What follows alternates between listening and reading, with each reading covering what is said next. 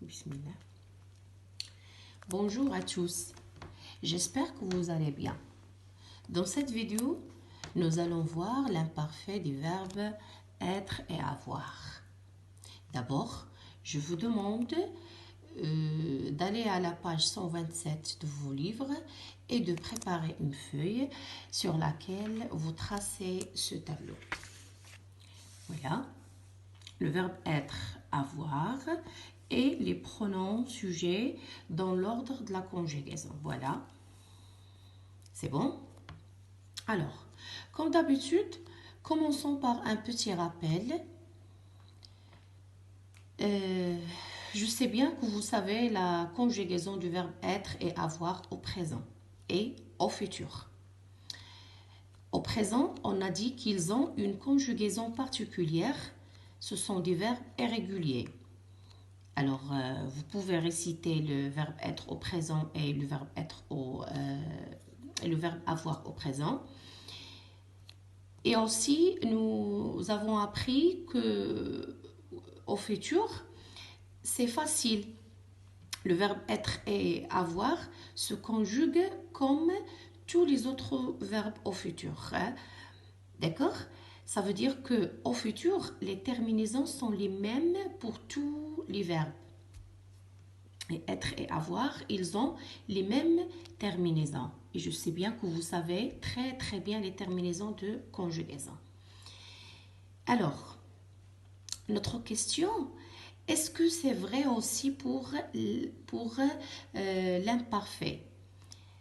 Est-ce que être et avoir ont-ils une conjugaison particulière comme le présent ou bien ils se conjuguent comme tous les autres verbes comme le futur? C'est clair les enfants? Alors, l'unité précédente, l'unité 10 et surtout précisément la page 115, on a étudié l'imparfait. D'accord? Et on a dit que conjuguer à l'imparfait, c'est facile. Les terminaisons sont les mêmes pour tous les verbes. Alors, rappelons ensemble les terminaisons de l'imparfait. Je commande AIS, tu commandes AIS, il et elle singulier AIT, nous IONS, vous IEZ, il et elle pluriel AIENT. C'est bien ça. Hein? Vous cherchez la page 115 et vous regardez bien et rappelez bien les terminaisons. Passons maintenant à la situation d'apprentissage. Devant vous, ces images qui racontent une histoire, l'histoire d'une élève qui était toute seule et elle avait de la peine. On écoute, je vais lire. Pendant la récréation, tu étais contre le mur. Qu'est-ce que tu avais? J'étais toute seule, j'avais de la peine. Léa était triste. Elle avait envie de jouer avec vous. Et vous, non? Nous avions des nouvelles cartes, nous étions en train de les regarder. Et vous? Vous étiez tout près de Léa. Vous n'aviez pas l'idée de jouer avec elle? Nous étions en train de jouer à la corde. Alors tous les élèves avaient une bonne excuse. Ils étaient trop occupés pour faire attention à leurs camarades. C'est bon. Si vous faites attention, à chaque fois, il y a deux phrases. Qu'est-ce qu'on va faire maintenant? On va relever, d'accord? On va relever les formes conjuguées du verbe être et avoir, puis on les classe dans notre tableau, le tableau qu'on a préparé sur notre feuille. C'est bon? Alors, notre tableau. Pendant la récréation, tu étais contre le mur. Voilà la phrase 1. Qu'est-ce que tu avais? La phrase 2. Comme on a dit, à chaque fois, on trouve deux phrases. D'accord. Si on veut parler ici du présent, qu'est-ce qu'on va dire? Tu étais contre le mur. Oui, tu es contre le mur. Qu'est-ce que tu as? Tu es. C'est quel verbe? Tu es. C'est le verbe être. Ça veut dire tu étais. C'est le verbe être à l'imparfait. Pardon, devant le pronom tu. Tu étais. D'accord? J'utilise un autre stylo. Tu étais. Tu avais. Qu'est-ce que tu avais? On dit qu'est-ce que tu as? C'est le verbe avoir. Tu avais. Alors maintenant, c'est facile de trouver les autres formes.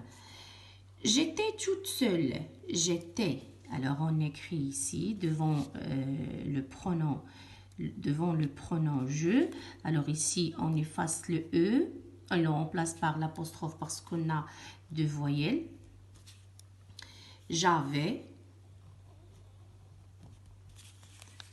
La même chose ici. Léa était triste. Léa était triste. Alors ici, c'est un pronom, c'est un nom propre. On peut le remplacer par elle. Elle était devant le pronom elle. Elle avait. Pardon les enfants, pardon.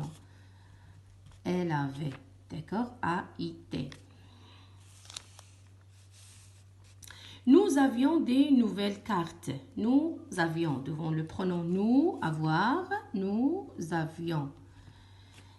Nous étions, étions.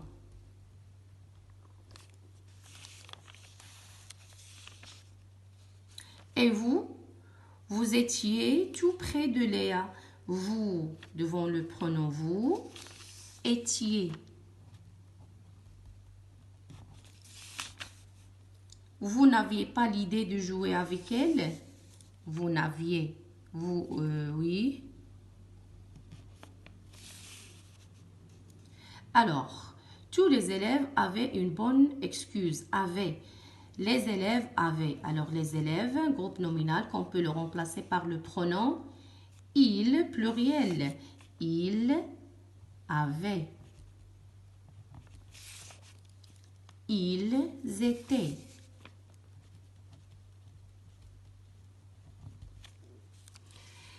Voilà, on a maintenant un tableau de conjugaison et on a aussi la question 2. Voilà la question 2. À l'imparfait, le verbe être et le verbe avoir se conjuguent-ils comme les autres verbes? Qu'est-ce qu'on a dit pour les terminaisons de l'imparfait? D'accord? Alors, on va faire la comparaison.